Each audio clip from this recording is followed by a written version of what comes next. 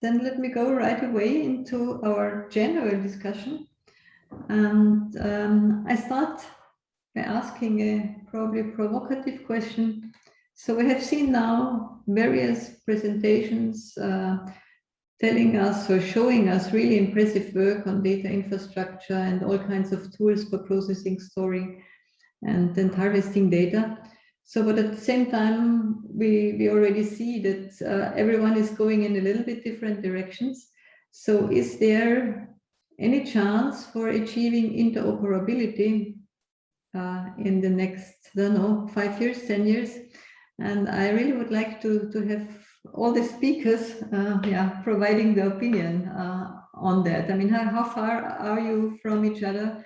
And how much effort will it be in order to somehow to bring data from these different sources together that are already quite advanced, which is great, right? Who likes to start? Maybe Walker should start because he has the most interoperable database in the sense that there are data pieces coming from different directions. Yeah, but the operable part is a good question, right? I actually thought that your infrastructure was was the solution, right? You made a lot of progress. But coming to Claudia's question, my naive and truly naive impression is that this will come together, but it takes the last bit on Andre's slide, which is sustained funding, right? And this is an interesting question. As a company, you can probably do this. If you're funded by 3 or 4 year projects, it's difficult because you have to work with people who change jobs, who need to learn from scratch, who need to be excited about the work. And some people are excited about this work, which is fantastic. But every new person coming in needs to see the value. So if one has seen the outcome, like to name one, which I mentioned initially, Landau Bernstein, which really influenced me during my PhD. If one has seen the outcome, then it's fairly easy to be excited about this work, or at least be convinced that this is worth it, right? And so Andre's infrastructure that was just put together is again, that's quite impressive. Right, so I think we'll get there.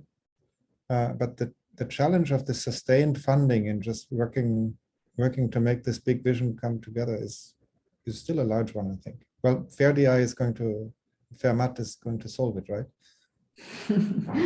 Hopefully. No, I mean, of course, Andre's infrastructure is more sustained, well, is at least secured, because I don't think that the annual will be closed at some point, but still probably it only maintains his infrastructure, the infrastructure of NREL, and still the interoperability. So this can be quite advanced, right? But still the interoperability between different sources is not secured even in this case, no?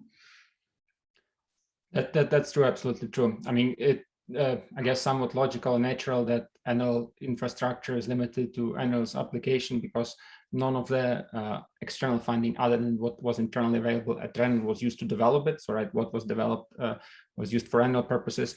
I wish we could have external funding on a similar scale that may be available in Europe, or for example, the one that Materials project folks at Berkeley enjoying for computational data infrastructure to make something similar for the experimental world. However, that hasn't happened so far. Perhaps the closest example, I would say, to interoperable large experimental data sets or infrastructure to create such large interoperable public experimental data sets would be the Energy Materials Network. It's type of funding that was established in the last 5 years or so. And there are several of these energy materials network in the US funded by energy efficiency, renewable energy, focused on different topics, including hydrogen generation, storage, and utilization in fuel cell vehicles, light weight materials, and so on. But all of them, they have these things called data hubs. And most of these data hubs designed around a single platform. There's actually a group at NL that rolls out and customizes this web CCAN-based platform for experimental data collection that includes both capability of data capture. So there is kind of a, I don't know, externally looking, maybe simpler, but externally looking customizable version of the LMC lab metadata collector that I mentioned, as well as the data repository, data warehouse implemented in the CCAN platform that enables different projects participants in this consortium to upload, compare their data. that may be one potential route of doing it. But again, I think Volker kind of would agree with me on that there's very little funding in the US on creating this data and sustaining this data infrastructure. Often even that effort on these data hubs that I mentioned, an energy materials network, is very much driven by specific applications, such as was this hydrogen storage or hydrogen generation, rather than the goal of creating data structures that will work for different people. And therefore the product is more application oriented than the science oriented or discovery oriented. So is there money in Europe, Christoph? Or whoever likes to comment on that? Yeah, I think, well, we focus more on trying to get together the very diverse labs, not one infrastructure that has already maybe a top-down possibility to create some kind of interoperability.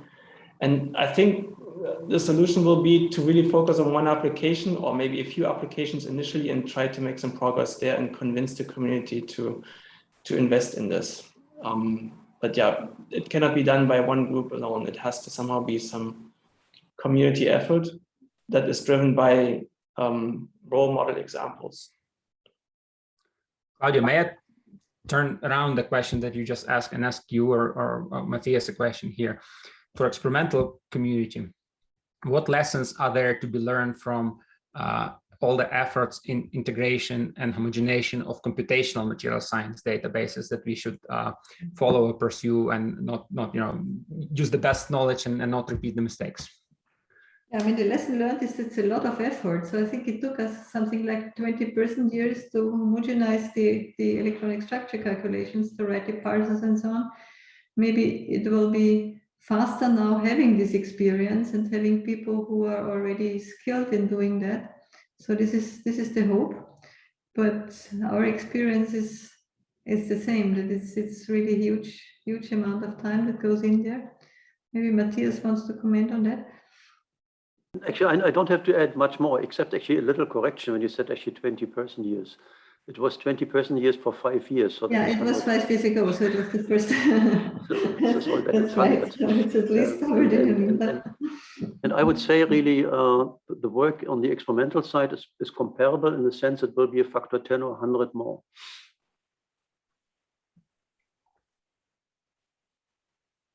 That's daunting. Yeah, and don't try to get everything done at the same time. Just start by example. I think really the important thing is that we that we start really by example, that people see already immediately that is useful, and that we also show what I call it, bring the science into this infrastructure work. I think it's what we are doing is really a long-term project, and the people here together know why we are doing it.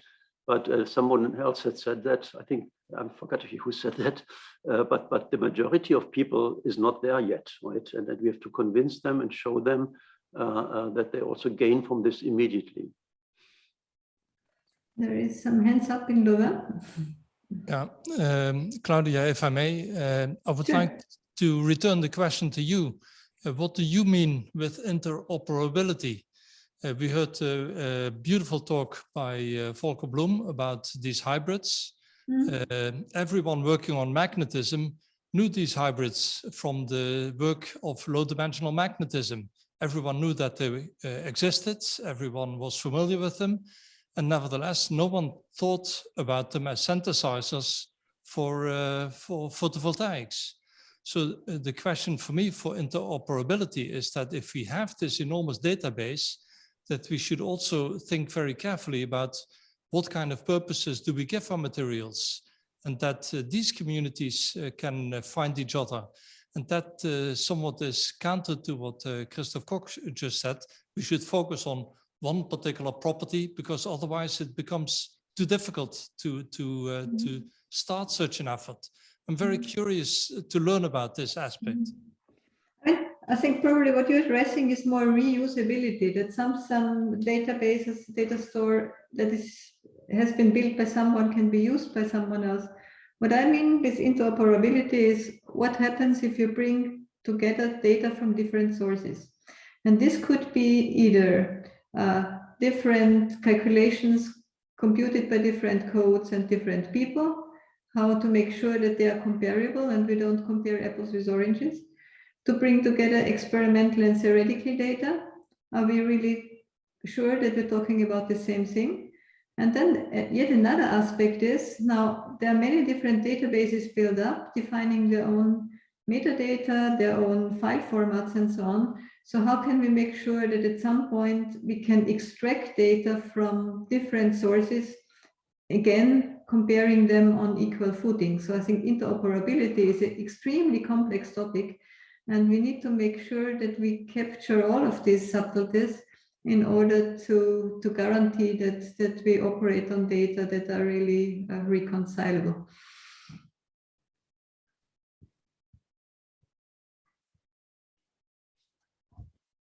Probably Optimate, so to say that the Optimate API is already a good first starting point for extracting data from different sources. But I think maybe Christoph can comment on this as well. So, I mean, in Nomad and in FAIR-MAT, we are concerned with very heterogeneous data anyway, because we somehow have to embrace the whole community in Germany and all different kinds of experiments and techniques. So in that sense, we are used that, or we anticipate that not everyone will use our standards or file formats, and we are aware of the fact that we have to write converters to transform from one metadata set or definition to another, or from one file format to another, or not. So in that sense, we are prepared for this, but of course, this will be a huge effort finally to do it for the entire community. Yeah, maybe since you asked me to comment on this, there definitely is a lot of work that needs to be put into, and the idea would be that this doesn't have to be done all by manual programming. Like there's a different data format, now somebody has to sit down for a week and somehow implement this. But there should be two directions. Of course, different labs and different manufacturers start to adopt one format that somehow crystallizes to be the most liked one or so. But on the other hand, also, we're thinking about developing smart algorithms that can really make sense of new data formats automatically. So, I mean, we don't always need to use machine learning only for interpreting the data once we have it read in. We can also use the machine learning, for example, to interpret data formats, because we, in principle, know what to expect in this. And there can also be an automated way of reading data. Like humans would do this. When we see a new data format, people can hack data formats and can make sense of the data that's in there. Maybe not of everything, but let's say the important data. Why shouldn't the machine be able to do this? So there was Louvain first and then Matthias. Yeah, I think everything starts with the APIs, right? I mean, I don't think it's a really big difficulty that there's different data formats, right? As long as they stay the same, right? So if we kind of all focus on having APIs that kind of are closed to change, but open to extension, then we can start having converters and kind of start merging. So I think the most important thing is that people apply this design principle of computer or of software design to make sure that your APIs are extremely stable, that they don't change ever, and that they only are open for further extension.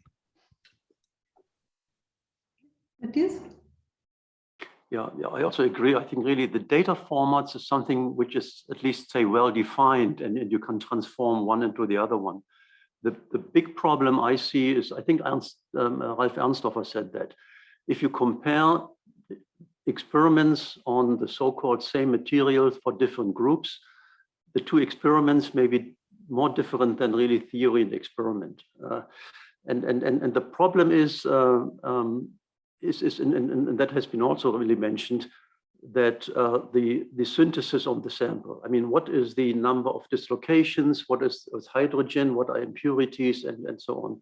And whatever I understand from people is identifying the relevant parameters. I mean, in theory, we know what we have to give. So that is really easy to say, because you have an input file, you have an output file, you have a theory, you have some approximations.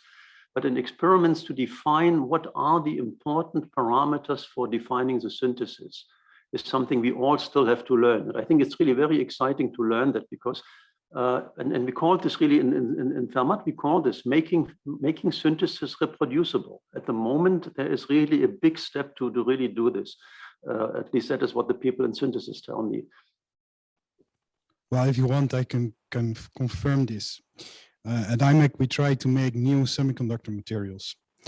And I can computationally predict new materials and kind of suggest to make something. Actually making this is a completely different story. And then if we make it by PVD or by ALD or by whatever other deposition technique, you get something completely different. The pressure of the carrier gases is extremely important. The temperature of the deposition, the temperature of the cooling, the ramp up of the temperature makes that you get different materials. And we are in need of materials with extremely well-defined properties.